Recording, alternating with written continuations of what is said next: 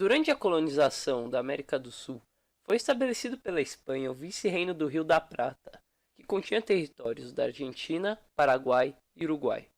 Esse vice-reino tinha como principal objetivo conter os interesses de outras potências mundiais nas áreas colonizadas pela Espanha.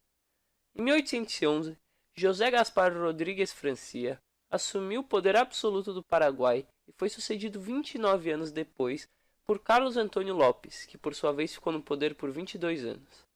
Nesses 51 anos, o Paraguai passou por um gigantesco desenvolvimento em aspectos sociais, econômicos e militares. O analfabetismo foi erradicado, muitas fábricas foram construídas gerando empregos, o abastecimento alimentício cresceu e a economia foi diversificada. Todos esses fatores tornaram o Paraguai o país mais desenvolvido da América do Sul na época. Em 1862, Francisco Solano Lopes chegou ao poder com o objetivo de dar continuidade às conquistas dos governos anteriores. Nessa época, o maior problema da economia paraguaia era a ausência de saídas marítimas para exportar a produção industrial para o mundo.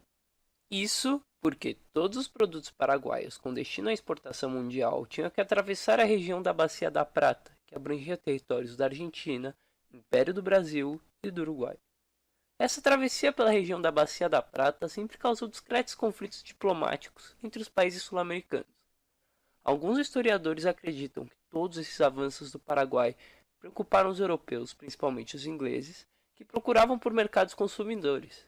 Segundo eles, a Inglaterra, que era uma das maiores potências mundiais da época, não aceitaria perder o mercado consumidor para um país sul-americano. Enquanto Solano Lopes estava preocupado com a questão da economia interna do país e a Inglaterra preocupada com uma grande concorrência que nascia na América do Sul, o Uruguai vivia uma guerra civil entre o Partido Colorado, que era de cunho liberal, e o Partido Blanco, de cunho conservador. Os conflitos começaram em 1860. 4 anos depois, Atanásio Cruz Aguirre, do Partido Blanco, assumiu a presidência do Uruguai. Venâncio Flores, que era do Partido Colorado, era também candidato à presidência e fazia oposição a Atanásio Cruz. No início de 1864, o Império do Brasil e o Uruguai trocaram acusações relacionadas à fronteira. O governo imperial brasileiro tentou um acordo diplomático, mas não foi o suficiente.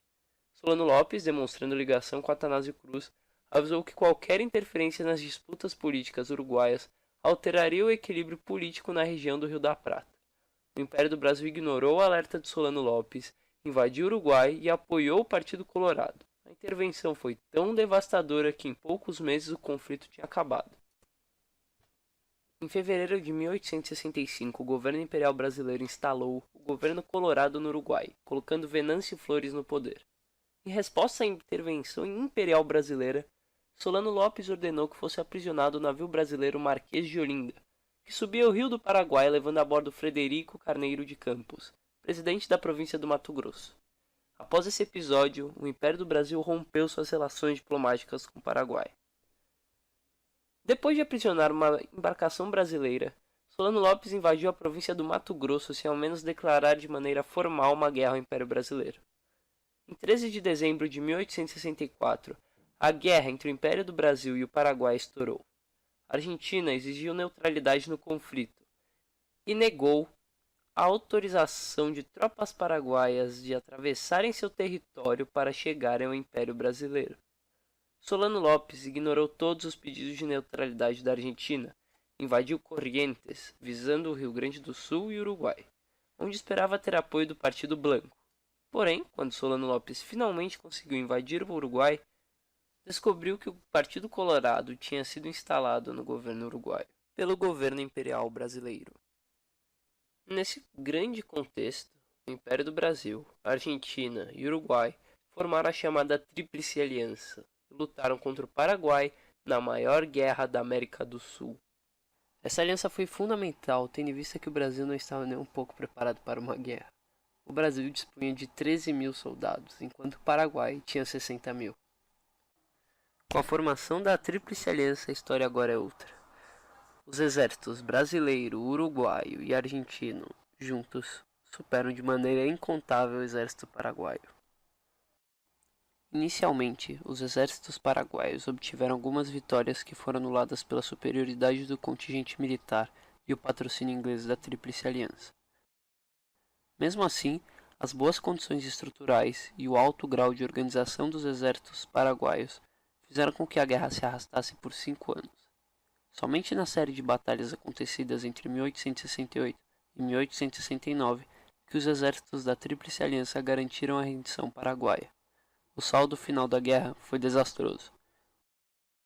O Paraguai teve cerca de 80% de sua população de jovens adultos morta. O país sofreu uma enorme recessão econômica que o empobreceu durante muito tempo. Com o final da guerra, o Brasil conservou suas posses na região do Prata. Em contrapartida, o governo imperial contraiu um elevado montante de dívidas com a Inglaterra e fez o exército uma instituição interessada em interferir nas questões políticas nacionais. Os maiores beneficiados com o conflito foram os ingleses, que barraram o aparecimento de uma concorrente comercial e lucraram com os juros dos empréstimos contraídos.